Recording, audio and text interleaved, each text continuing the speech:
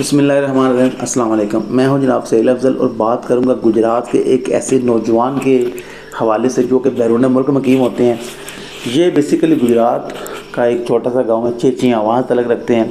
और ये चेचियाँ गुजरात में 5-6 हैं। तो ये चेचियाँ जो है रनिया के साथ है, ठीक है, रनिया चेचियाँ जिसे बोलते हैं, ठीक है।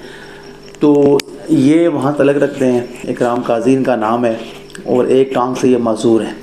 मैंने इनको देखा है, इनके गांव में भी स्वामी जाने का इत्तेफाक हुआ तो वहाँ पर ग्राउंड में भी आते हैं, खेल और खिलाड़ियों से मुंसलिक होते हैं, वहाँ अच्छी एक्टिविटीज़ को प्रमोट करते हैं, खिलाड़ियों की हौसला अफजाई करते हैं। तो ये अब स्पेन में है, वहाँ पर इन्होंने एक होटल बनाया हुआ है। तो वहाँ पर जो माजूर अफराद आते हैं, क्योंकि ये भी माजूर है, स्ट्रगल की है, इन्होंने मकाम हासिल किया, तो उनको पता है कि मास्टर में एक बंदा जो डिसेबल है उसके लिए मकाम हासिल करना कितना मुश्किल है।